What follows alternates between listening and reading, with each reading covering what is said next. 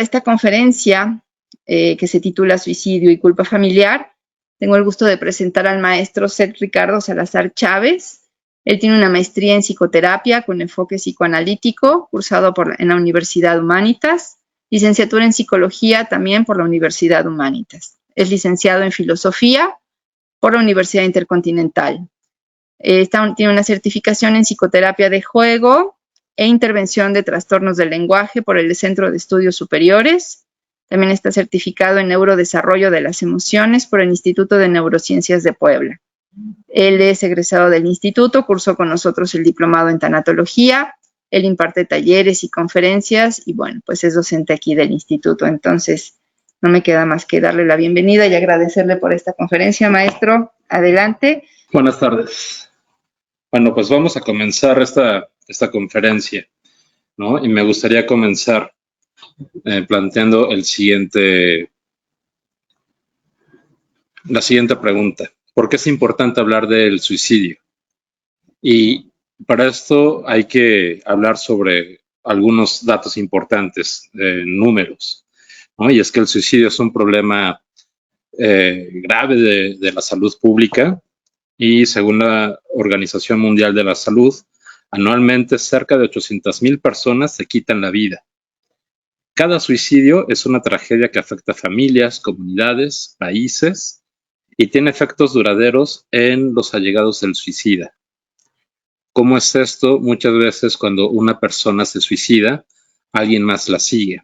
Puede ser un amigo, puede ser el hermano, pueden ser los mismos padres. El suicidio puede producirse a cualquier edad y en 2015 fue la segunda causa de defunción en jóvenes entre los 15 y 29 años en todo el mundo. Esto es algo alarmante porque el suicidio no solo ocurre en los países de altos ingresos, sino que es un fenómeno global que involucra a todas las regiones del mundo. Y de hecho, más del 75% de los suicidios tuvieron mayoritariamente lugar en países de ingresos bajos y medianos como México, como Colombia, Chile, Argentina, etcétera. Según datos del INEGI, aquí en México, la tasa de suicidio entre la población de 15 a 29 años se ha mantenido elevada y considerando los suicidios ocurridos y registrados en 2014, porque hasta ahorita todavía no se han actualizado las cifras, que en pandemia obviamente fueron más, sucedieron 2,493 en jóvenes de 15 a 29 años y el 40.2% de este total, con una tasa de 7.9 suicidios por cada 100,000 jóvenes. Y por sexo, las tasas de suicidio entre este grupo poblacional son de 12.5 hombres y 3.5 mujeres.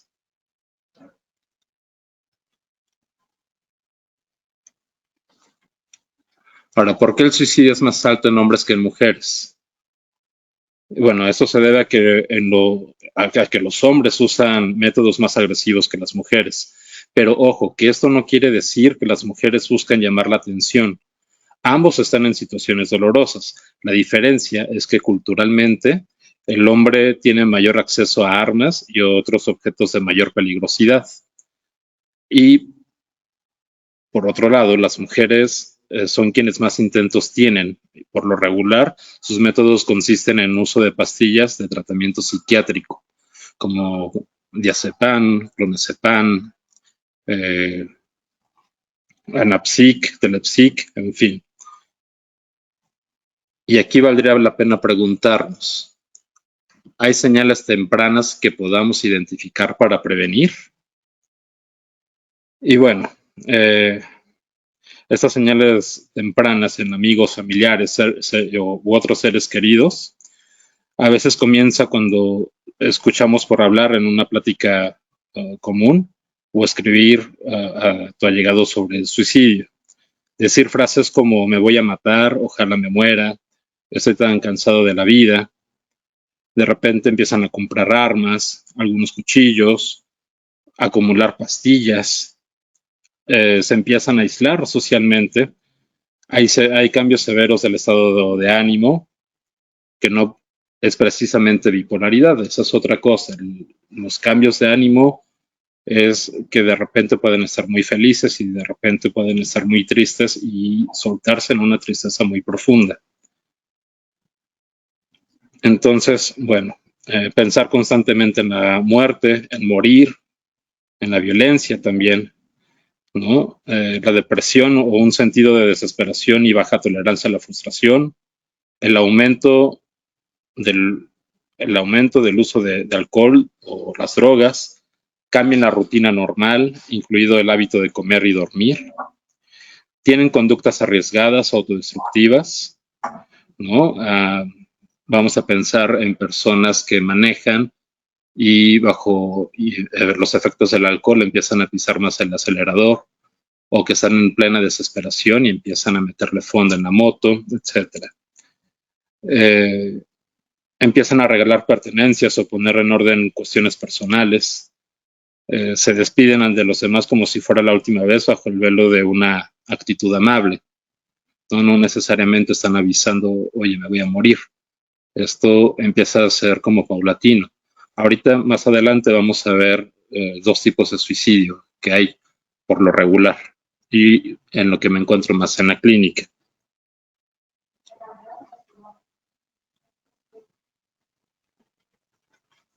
Ahora, ¿cómo actúa la muerte en los suicidas? ¿No? Y esto es bien importante porque antes de que esto empiece a actuar, y hablando sobre los cambios de personalidad, por ejemplo, como en los de una persona muy sociable que requiere todo contacto, una persona de buena conducta que actúa con rebeldía, por mencionar algunos, hay que tener en cuenta que el suicidio es multifactorial y en algunos casos habría que ver qué es lo que está causando la ideación suicida. Algunos casos se deben por estrés por la escuela, las relaciones dependientes, por bullying, las expectativas que se ejercen de padres a los hijos. Aquí y quiero hacer una pausa antes de continuar, porque muchas veces las expectativas de madres rigurosas o de padres con exigencias muy altas hacia los hijos puede llevar a estos a empezar a tener ideación. Es importante mencionar que casi la mitad de los adolescentes que cometen suicidio ya lo habían intentado antes. Cuando llegan a la clínica o a la consulta privada, los papás dicen es que se quiere matar y anda con esa idea loca. Pero ya cuando estamos en entrevista o en el proceso psicoterapéutico, muchas veces nos damos cuenta que es la tercera o cuarta vez que lo intentan, ¿no? También dentro de esto está la historia familiar de abuso, previo suicidio y también en entornos muy violentos para los hijos. También puede ser por pérdidas recientes, ¿no? Pérdidas de los padres, pérdida de algún hermano, pérdida del abuelo con quien tenían mucha comunicación, o el fin, incluso esto es más en adolescentes, el fin de una relación, y más adultos el divorcio de los padres o de la pareja. Así también es importante decir que la orientación sexual no aprobada por otros y por lo regular por los padres lleva a los jóvenes a intentar suicidarse, a planificarlo, no ven salida, no ven cómo poder expresar sus emociones. Esto también de ser víctima de acoso escolar o ser el acosador y el acoso cibernético. ¿A qué me refiero esto? Muchas veces las mujeres están con mayor exposición a que les hackeen sus celulares y empiece un bombardeo sobre su propia intimidad. Se estima que entre un 75 y un 90% de las muertes de adolescentes por suicidio están asociadas también a trastornos mentales. Lo vamos a ver más adelante porque tiene que ver más con el trastorno limítrofe de la personalidad. Generalmente, sin embargo, está presente en las tres estructuras psíquicas y en la estructuración. Con eso de las tres estructuras psíquicas me refiero a psicosis, perversión y en la neurosis. Y en la estructuración, también conocido como trastorno límite de la personalidad. Ahora, ¿cómo actúa la muerte en los suicidas? La muerte se presenta al yo del hombre como un vacío que se abre bruscamente en plena continuación del ser, donde el existente, vuelto de repente invisible como por efecto de ocultación, se abisma en la trampa del no ser y el no ser más. No podemos dejar de lado los estudios de la personalidad y los esfuerzos de la psicología moderna para tratar de entender al hombre en su entorno. El impacto que ha dado el conocimiento actual permite dar una explicación del cómo, por qué y para qué de las diferentes formas de las diferentes formas del cómo se comporta el individuo desde la perspectiva ambiental, biológica y social. Entre ellos, la tanatología hace también un gran esfuerzo por prevenir esta situación del suicidio. Los factores que influyen en la definición e integración de la personalidad está conformada en gran parte por el carácter que tengamos a lo largo de la vida. Este carácter es dinámico y puede ir cambiando con el paso del tiempo según las experiencias que tengamos. Todo esto es una combinación de valores y sentimientos que un individuo va adquiriendo a lo largo de su desarrollo a través de la interacción, condiciones y circunstancias externas, además de diferir de cada individuo de acuerdo con su singular punto de vista de interpretar la realidad humana. La estructura psíquica es permanente, continua y particular a lo largo de los años en hombres y mujeres. ¿A qué me refiero con esto? Que si una persona antes de los 3 años se estructura como psicótico, no va a cambiar. Si se estructura como neurótico, igual no va a cambiar. Si se estructura como perverso, no va a cambiar. Y a diferencia de las estructuraciones o trastorno limítrofe de la personalidad, que igual no cambia, sí puede haber como una cierta pendulación hacia la neurosis con ciertos rasgos de las otras estructuras psíquicas. Entonces, bueno, en hombres y mujeres, aunque en algunos casos esta puede adoptar otros patrones que dificultan o perturban el desempeño del individuo, por tanto, la personalidad también se va modificando y adaptando a las diferentes circunstancias de vida de un individuo. Entonces, en los suicidas, estos recursos que todos tenemos para hacerle frente a la vida se ven rebasados y arrastrados al vacío y la absurdidad del estar vivo, pues el para qué del vivir deja de tener sentido. Y como les digo, esto se da en todas las estructuras psíquicas.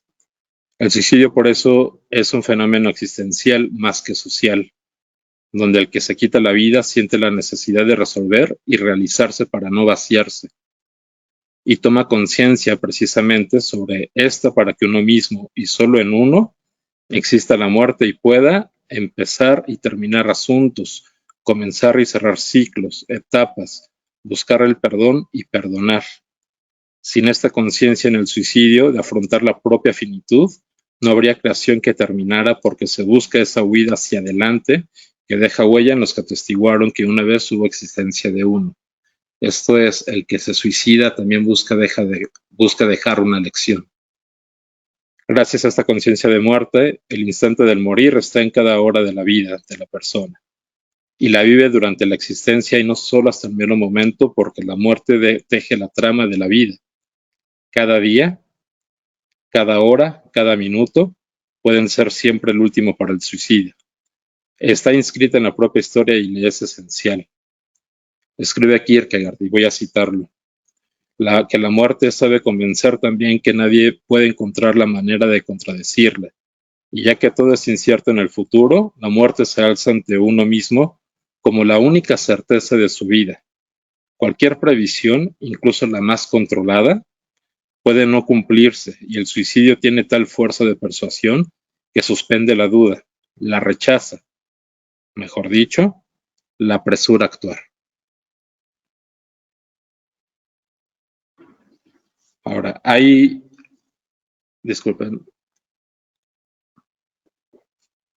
formas individuales en los diferentes tipos de suicidio.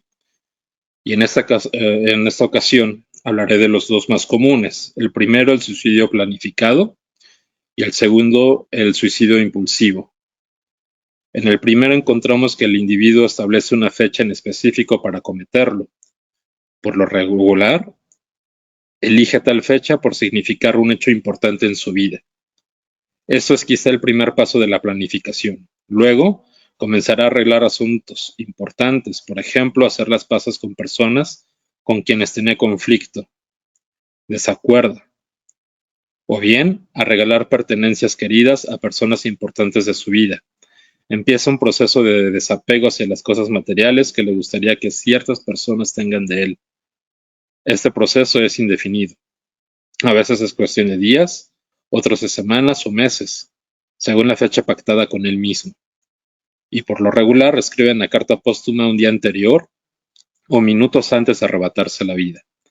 Y en estos casos, por lo regular, ya no acuden a buscar ayuda, porque ya está definida la muerte. En cuanto al segundo, por impulso, muchas veces ocurre que viene después de un evento traumático. Vamos a pensar en una chica que es violada y que se siente tan mal con ella misma que se arrebata la vida. Vamos a pensar también en alguien que acostumbra apostar y apuesta más de lo que puede dar y no ve otro recurso más que el suicidio. Y otros relacionados a psicopatologías del trastorno de la personalidad. Como ejemplo, una situación de riesgo ocurrido como en el 9/11, ¿no? No sé si vieron los videos, que la gente cuando estaba en el edificio, en los edificios se estaba quemando, preferían aventarse que calcinarse. También hace poco, el caso de la policía que se arrojó del edificio del gobierno del metro que se estaba incendiando. Esto es que se suicidan porque se compromete la integridad física de algún miembro de la familia o de ellos mismos por alguna situación de estos. Ahora, con estos datos, entonces, ¿cómo podemos ayudar a una persona que está en esta situación? ¿Y podemos realmente ayudarlos? Y he pensado que la mejor manera de ayudarles es acompañarlos a buscar ayuda especializada. No juzgar, solo escuchar. Tampoco sirve el échale ganas o mira todo lo bello que hay a tu alrededor. Esto es usar frases que devalúen lo que está sintiendo el individuo en esos momentos de querer quitarse la vida. Lo mejor que se puede hacer es estar, solamente estar y escuchar activamente.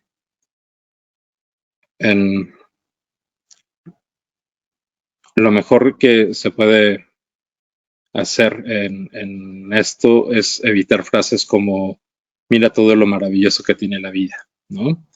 Porque no la están viendo así. Es una verdadera dolencia que ni ellos pueden explicar y un vacío donde todos los recursos de supervivencia personal se ven avasallados, caídos. Y eso es lo que pasa en nuestra situación con el suicida. No es que no alcancen a ver lo maravilloso de la vida, es que se encuentran ante un vacío similar a la sensación de cuando uno se asoma desde lo alto de una montaña hacia abajo. ¿A qué me refiero con esto?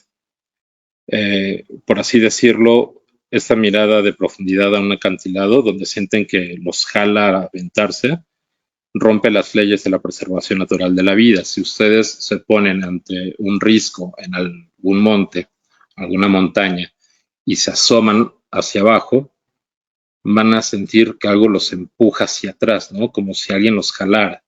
Y esto es un fenómeno que se da por supervivencia del ser humano. Si una persona se avienta, imaginen todos los años, los miles de años de existencia humana que tiene que romper para poderse empujar. Entonces, diría Sionan, y me gustaría citarlo, la muerte se lee en el miedo que se le tiene a esta, el cual no es más que el miedo al vacío. La inmanencia de la muerte revela el triunfo definitivo de la nada sobre la vida, probando así que la muerte existe únicamente para actualizar progresivamente el camino hacia la nada. Y muchas veces se hace la pregunta, todas las personas que nos dicen que se van a suicidar, ¿Realmente quieren suicidarse o es una forma de pedir ayuda?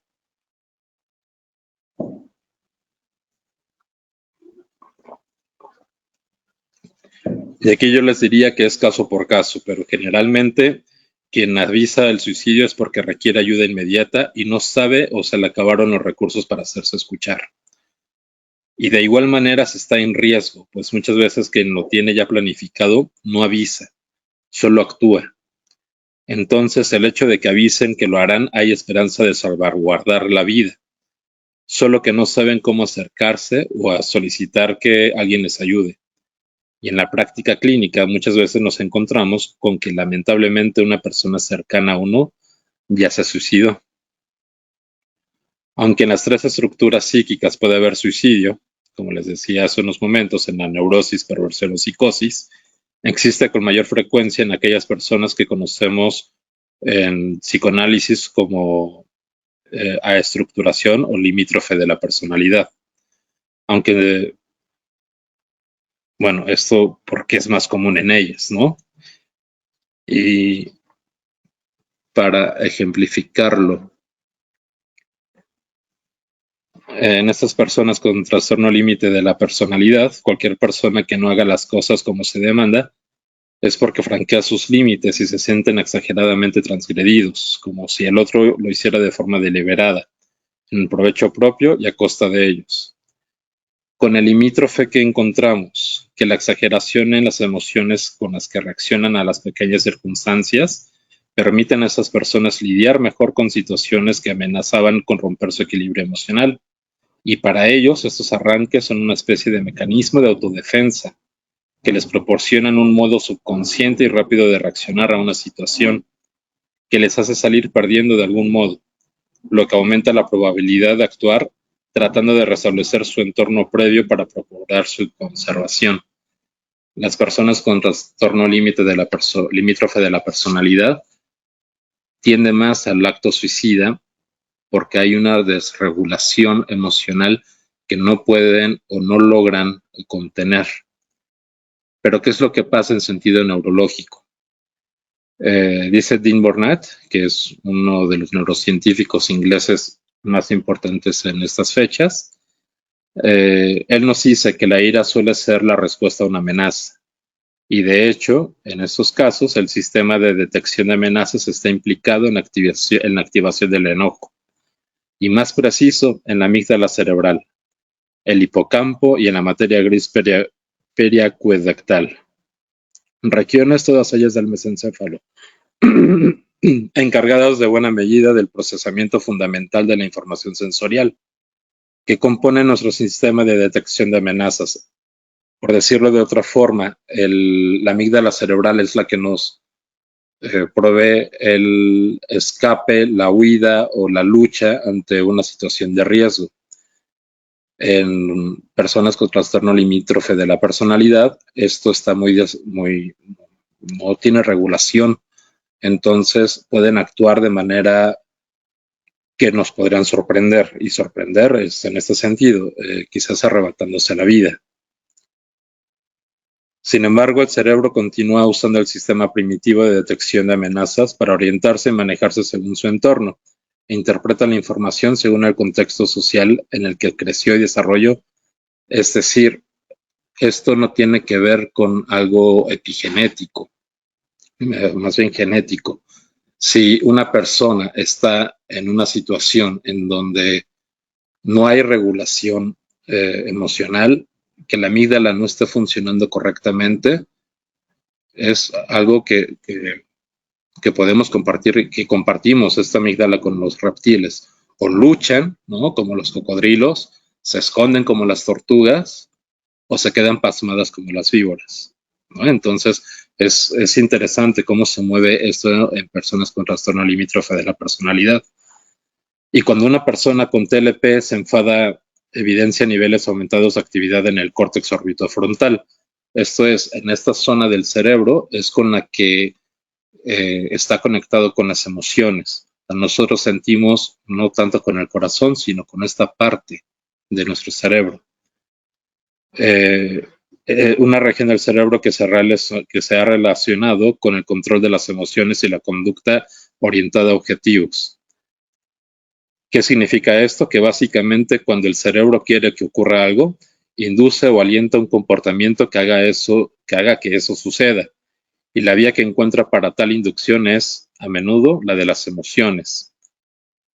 En el caso de los arranques de ira, la secuencia es: acontece algo, el cerebro lo experimenta, decide que no le gusta y produce una emoción, por lo regular enfado, para reaccionar a ello y abordarlo de un modo satisfactorio. Pero en personas con trastornos, los niveles de oxitocina se disparan al punto de actuar enérgicamente de manera negativa, haciendo desplazamiento contra las personas a su alrededor, por lo regular, familia directa o hacia uno mismo. Y la ira, en ese sentido, se considera algo destructivo, irracional, negativo y dañino, a pesar de que sea útil en ocasiones. Por ejemplo, para hacer frente a problemas de estrés que nos ayuden a resolver un problema de competencia. Ahora, esta ira que tienen las personas con TLP incrementa la actividad en el hemisferio izquierdo, lo que hace que una persona actúe de manera más emocional que racional. Este córtex orbitofrontal, muy activo durante las experiencias del enfado, está implicado en el control de las emociones y la conducta. ¿Qué quiero decir con esto? Que modula y filtra la influencia emocional sobre el comportamiento, enfriando o bloqueando nuestros impulsos más intensos o primitivos. Cuando existe una probabilidad elevada de que una emoción intensa nos introduzca a comportamientos de forma peligrosa, este córtex orbitofrontal interviene a modo de una bañera que evita que se desborde. En el caso de alguien con TLP, esto no funciona adecuadamente.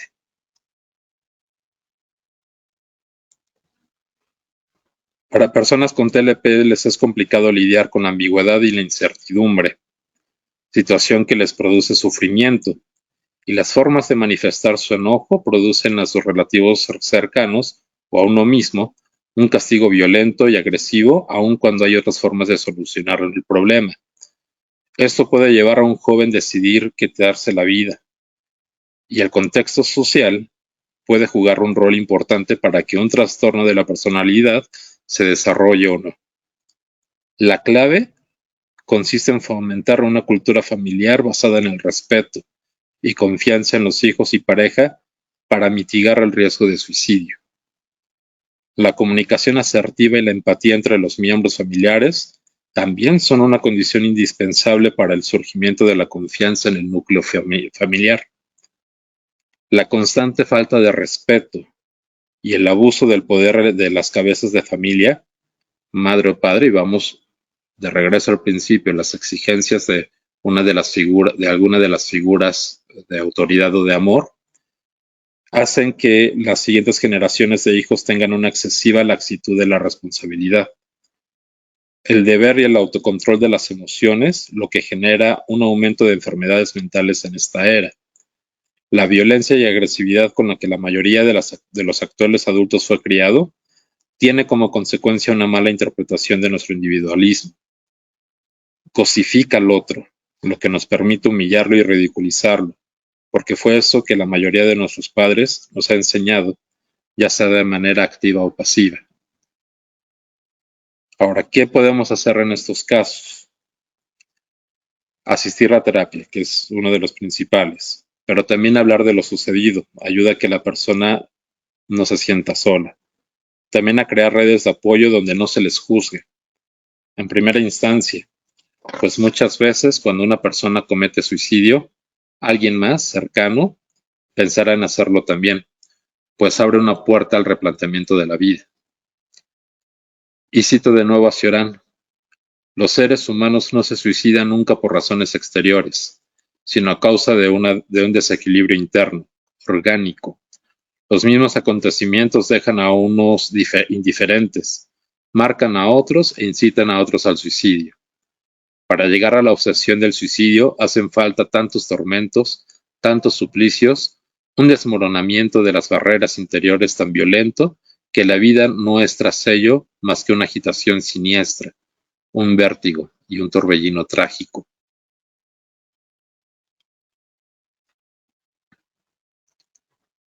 Ahora, ¿cuáles son las emociones más comunes de una persona cercana que cometió suicidio? Suele decirse que es provocado por decepciones, lo cual equivale a decir que se desea la muerte y que se espera de ella más de lo que se desea de la vida, como si el suicidado no hubiese vivido antes de morir, como si no se tuviera ambiciones, esperanzas, dolores o conocido la desesperación. Lo importante en el suicidio es el hecho de no poder vivir ya, el cual proviene no de un capricho, sino de una terrible tragedia interior, llena de desesperanza, sentimiento de vacuidad, soledad y una melancolía ambivalente donde no es que se tenga la energía para cometer el acto, sino que el acto suicida es un fin en sí mismo para quien lo comete.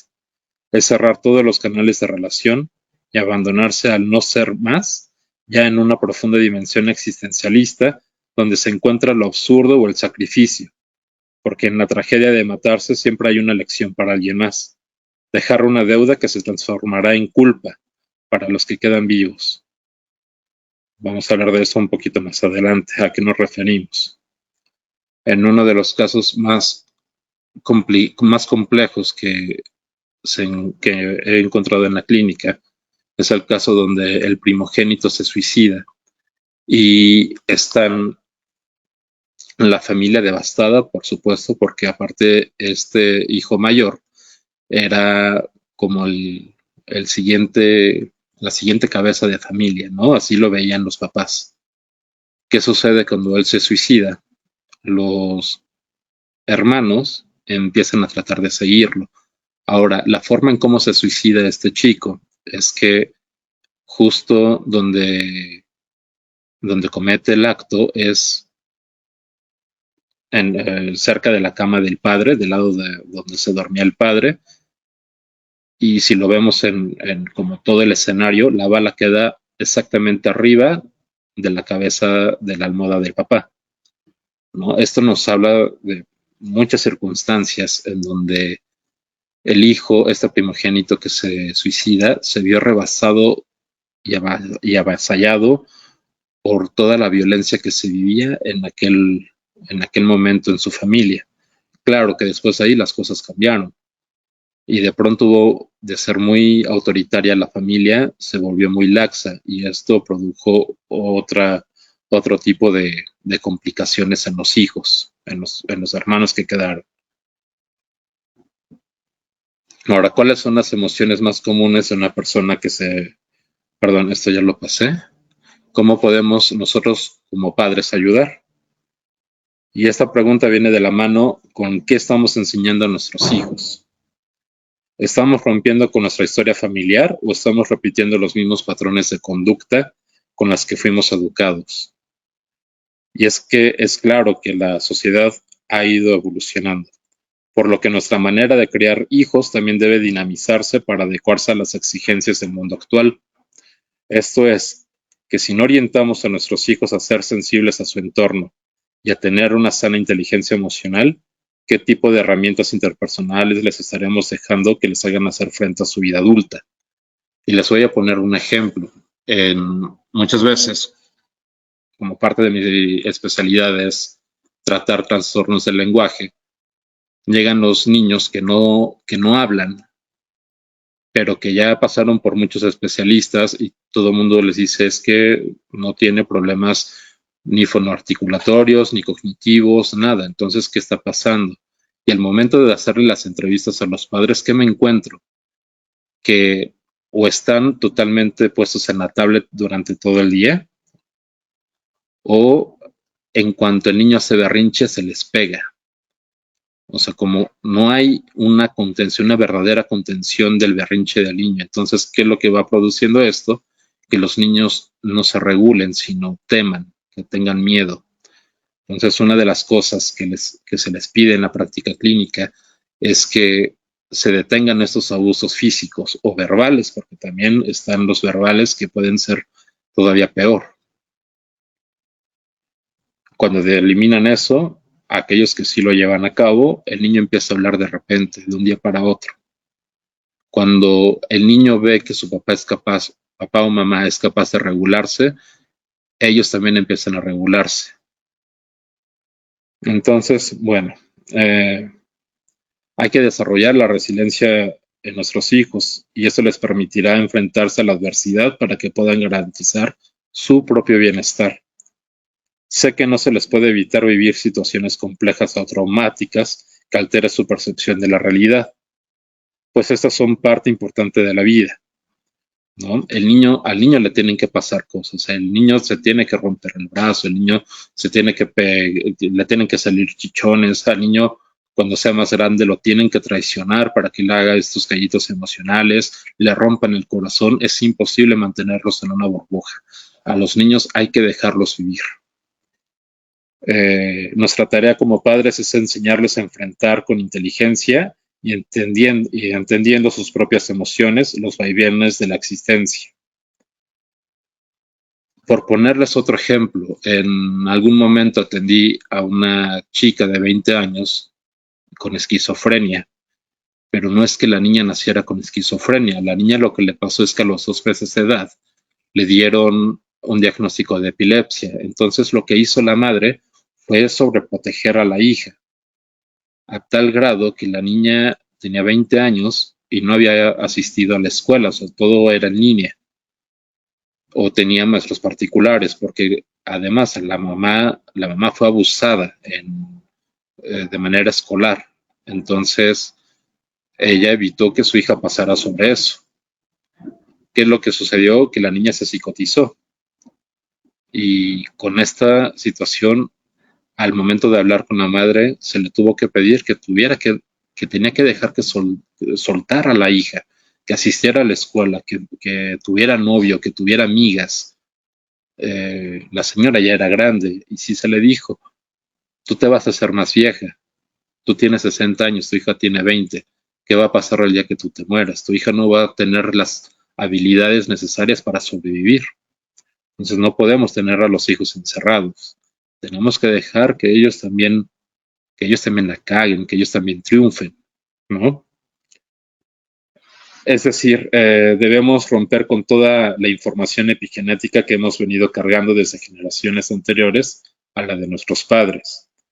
Hay que procurar un pensamiento en nuestros hijos que les permita realizar interpretaciones acertadas de sus emociones y su realidad, y que se hagan lo suficientemente flexibles que se les permita ser creativos para solucionar sus propios problemas.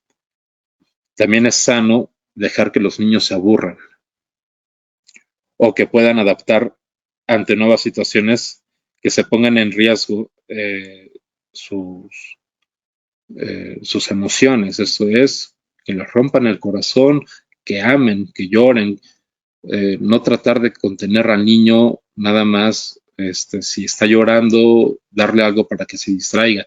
El niño tiene que hacerse consciente de sus emociones para que él por sí solo logre esta independencia emocional. Hacer que mantenga una actitud positiva, no, con esto no me refiero a algo como lo que nos están vendiendo en las redes, ¿no? De siempre mantenerte sonriente, de mantenerte todo optimista, como si estuvieras bajo el efecto de alguna droga. No. A lo que voy con esto es que tengan los suficientes recursos para regular sus emociones y siempre ver soluciones a los problemas, no estancarse en los problemas. Y también es sano que el niño de vez en cuando, el niño o el joven de vez en cuando tiren la toalla, ¿no? Porque solamente así van a poder saber por dónde más intentar.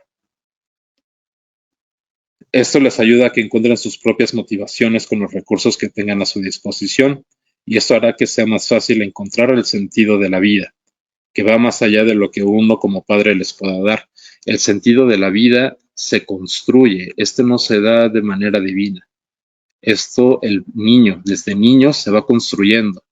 Cuando llegan los adolescentes a la clínica, lo que me encuentro por lo regular es que están desorientados porque no hay nadie que les diga, tienes otras opciones. Están a veces abandonados y como están abandonados porque los padres trabajan, porque los padres dicen, ya es autónomo, pues órale, ¿no? Ya no te veo en todo el día.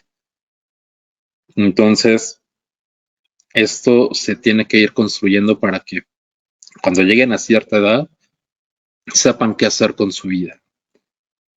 Ahora, hablar del suicidio y de la familia, del trabajo que nos toca como padres, debemos abordar también el tema de la culpa.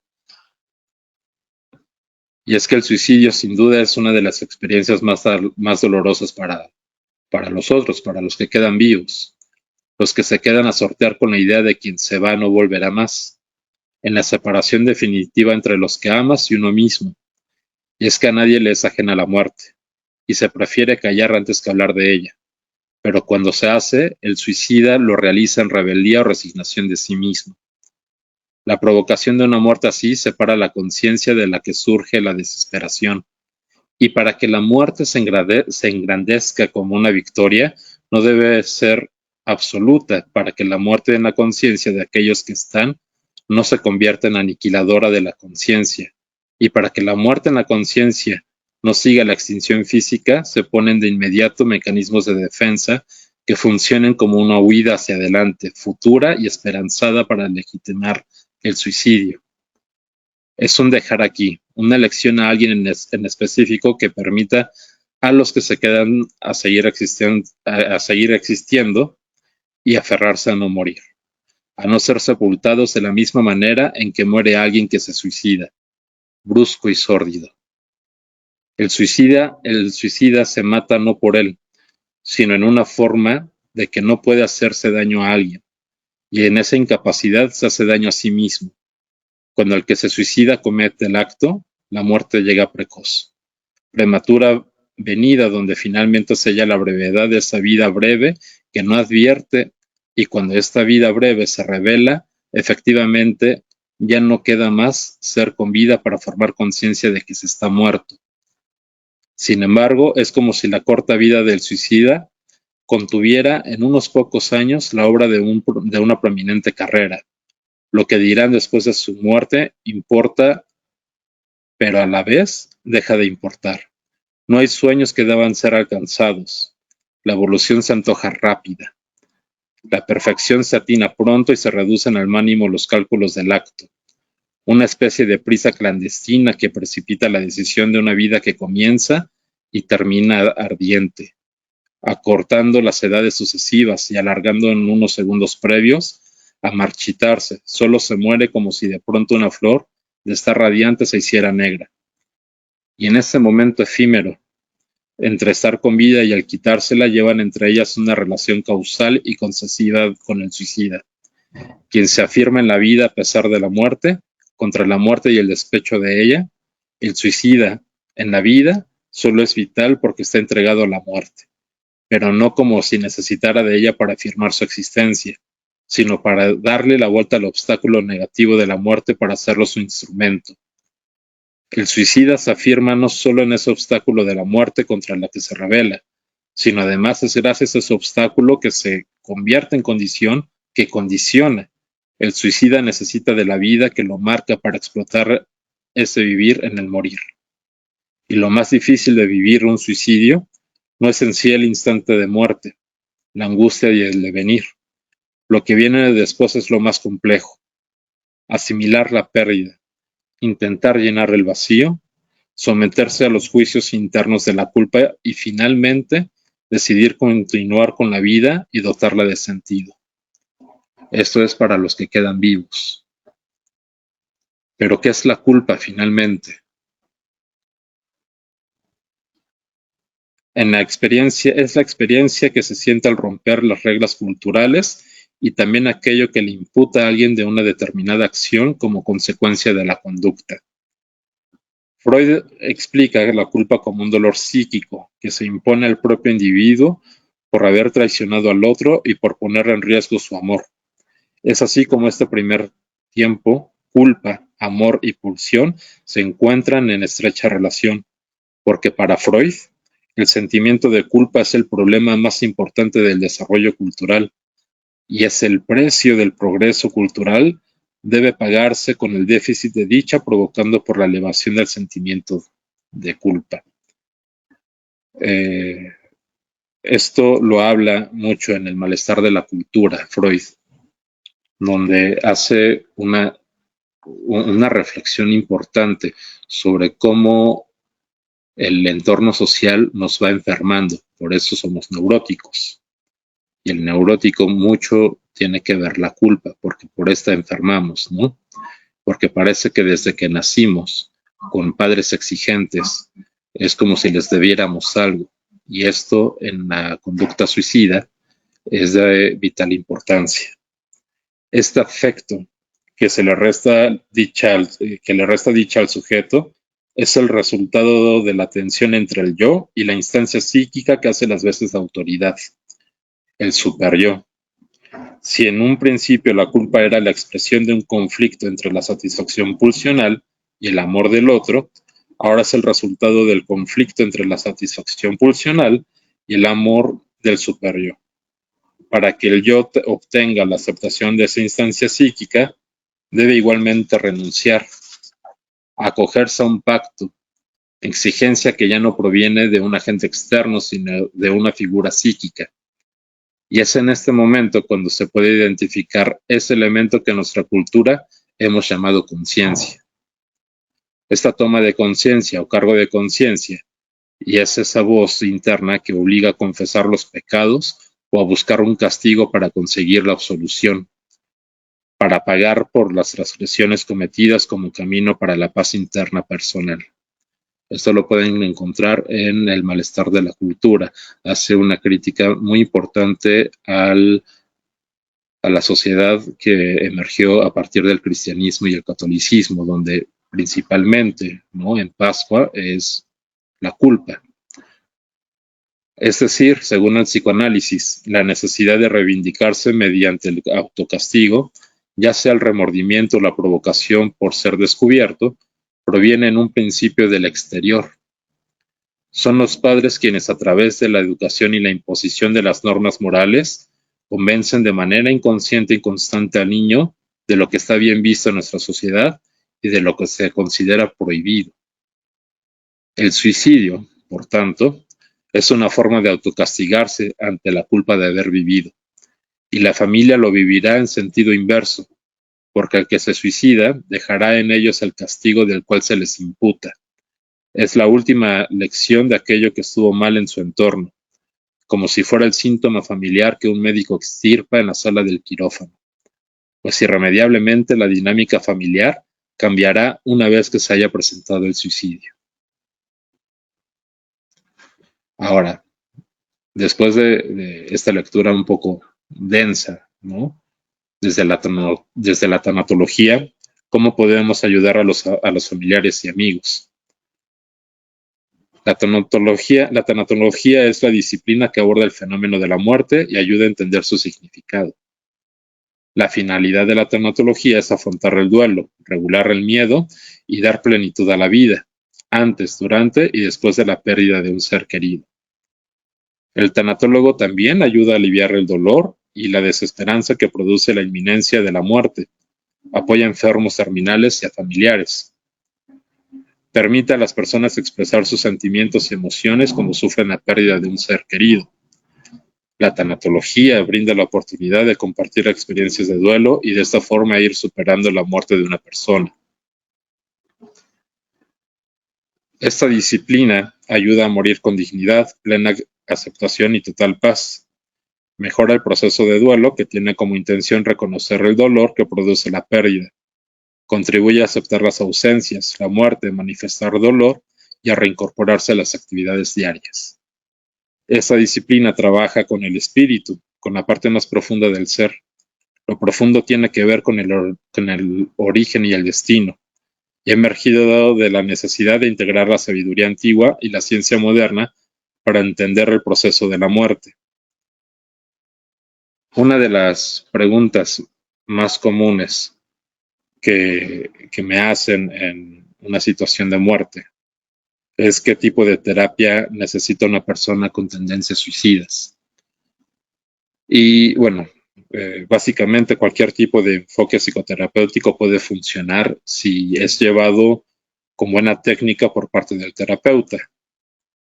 Hay metodologías para atender a este tipo de crisis y dependiendo del enfoque es que se usarán para aliviar las tensiones psíquicas que tienen a la persona en riesgo del suicidio. Porque mucho de esto es que el suicida necesita hablar y necesita entender qué está haciendo con su vida, ¿no? Es como, volvemos al principio, se tiene que reconstruir el sentido de la vida. Y esto nada más lo pueden hacer ellos. Uno como terapeuta no lo puede hacer. Entonces, en ese sentido, cual sea el enfoque, el terapeuta no da la receta de cocina para que ellos lo construyan. El paciente, el cliente, según el enfoque, tienen que hacerlo por ellos mismos, ¿no? Aquí el terapeuta, el tanatólogo, le va dando los elementos para que a ellos se les facilite, pero no les va a decir qué hacer. Esto es todo por hoy. Espero que les haya gustado, lo hayan disfrutado y me gustaría verlos próximamente en alguno de los cursos que el instituto está promoviendo. Muchas gracias.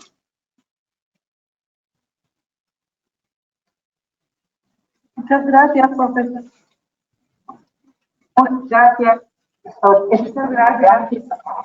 Les comparto un poco de la bibliografía que usé para esta conferencia, ¿no? Amor y desamor en el cerebro, la separación de los amantes, Cioran, Nacimos de la desesperación, Emil Durkheim, el suicidio, Víctor Frank, psicoanálisis y existencialismo, y el malestar de la cultura, de Freud, y Kierkegaard, tratado de la desesperación.